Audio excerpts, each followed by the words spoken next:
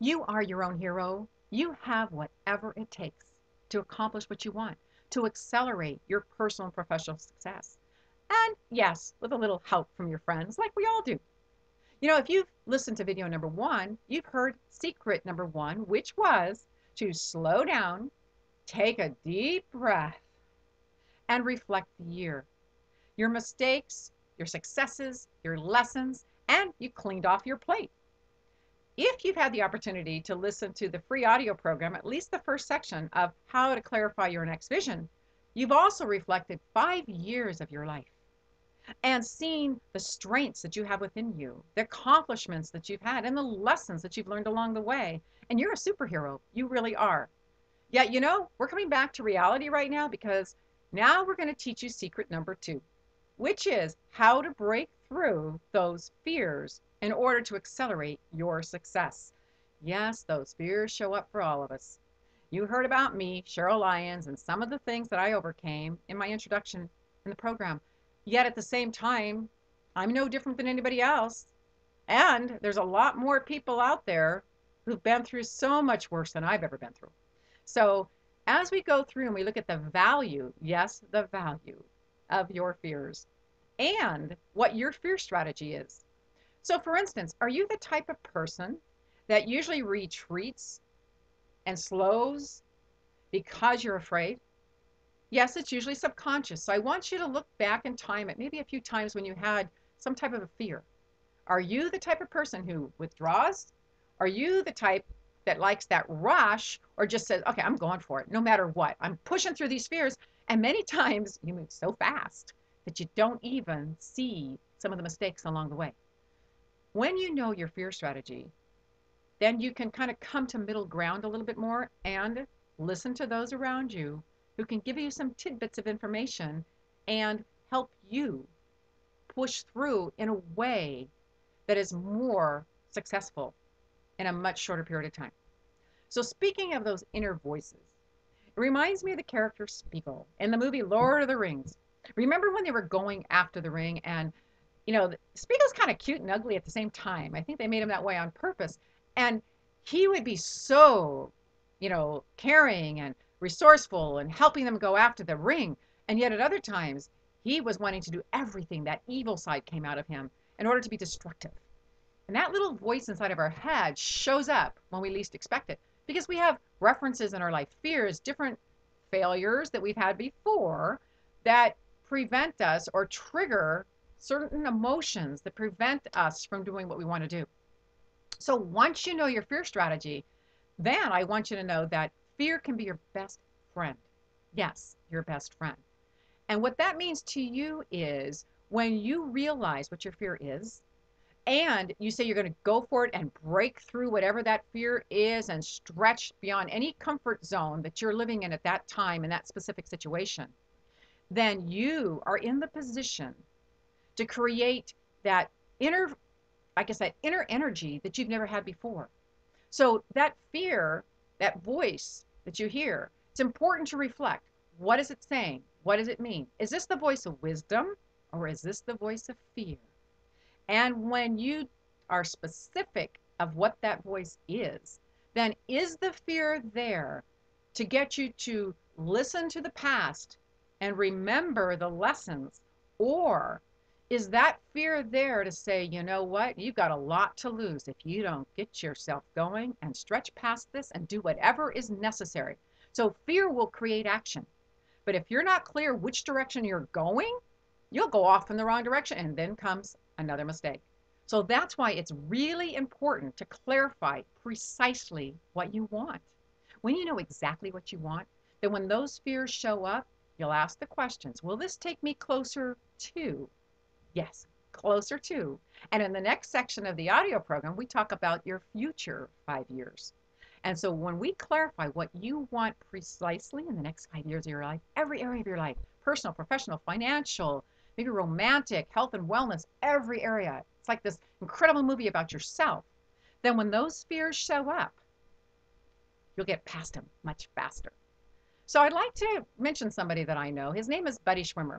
And I've had the opportunity to interview Buddy Schwimmer, which you'll have opportunity to have a copy of that interview, not No, and not too distant future. Anyway, Buddy Schwimmer, if you don't know who he is, which you probably don't, he is the father of Benji Schwimmer and Lacey Schwimmer. And in this interview, Buddy actually shares with me some secrets that are incredible that he and Lori Kaufman, Benji and Lacey's mother, did throughout the lives and what they taught their children. So, what does that mean to you? Well, you don't have to be a dancer. So, Benji Schwimmer, in the second year of So You Think You Can Dance, was the number one winner. And he's later on gone. He's more one of those guys in the background right now, producing movies. He's been in a few movies, choreographed for a few very, very prominent people, Paula Abdul, Leanne Rimes, and he's got many, many accomplishments the last couple of years. Well, Lacey Schwimmer was in the top four, and So You Think You Can Dance the following year, which was quite an accomplishment when you know that your brother, and the public knows that your brother won first place the first year. Now, what you must know too is Lacey has been on Dancing with the Stars as an instructor for many years since. And last year in 2010, her and her partner, Kyle Massey, came in second place. And Lacey's got all other kinds of accomplishments too. So if you were really to research Benji Schwimmer and Lacey Schwimmer, they're very well rounded. They do more than dance. But when you watch them dance, you know that is their passion. So did that come easy? Or better yet, let's take a look at their father a little bit. This is one key distinction that I want you to be aware of. When Buddy Schwimmer was a child, he had a brother and a sister, and their parents decided to teach them how to dance because their parents loved dancing. Well, what happened is Buddy's parents said that in a very loving and respectful way that maybe it would be better for him to find something else because dance just didn't seem to be into his blood, as you would say. Well, he loved to dance, and it was his passion. So Buddy has some key distinctions and some secrets that he did for himself at that time that excelled him to be the king of swing. But more than that, I want to ask you a question. Aren't you just a bit curious what would have happened if he hadn't created a vision for himself? Where would Benji Schwimmer be today, or Lacey Schwimmer, or many other people that he's influenced that you wouldn't even know about because he, and again, their mother, Lori Kaufman, were those people behind the scenes. So this isn't just about dance, ladies and gentlemen. They talk about sports. They talk about your professional vision. They talk about those strategies within yourself, but also in what you do to help others that keep you focused and moving forward and stretching past those fears and those critical inner voices that could be preventing you from what you want. So as you've reflected, and yes, you've become the superhero, we get back into the real world. And it is possible to have those fears show up. And instead of looking at them and just like I do sometimes, and I just get so upset, another fear, another accomplishment, another stretch, I just want to go on a vacation. Look at those fears as your friend and ask yourself, what can you learn from this fear? And what is this critical inner voice telling you? So one extra tip about that critical inner voice, as we go through our life, we have experience after experience. We have people who influence our life, our parents, teachers, friends, experiences that we've gone through. And what happens is if you haven't gone through and reflected and released those times, and even if you have, they show up. So we have these little emotional triggers that are like the invisible person, and they come around and they trigger an emotion from the past, and we go into this reaction mode. And when you go into reaction mode, you don't even know that a fear exists. So yes, that is why it is important to reflect your strengths, reflect your weaknesses, reflect your fears. Because when you know what those fears are, then you can outsmart that critical inner voice.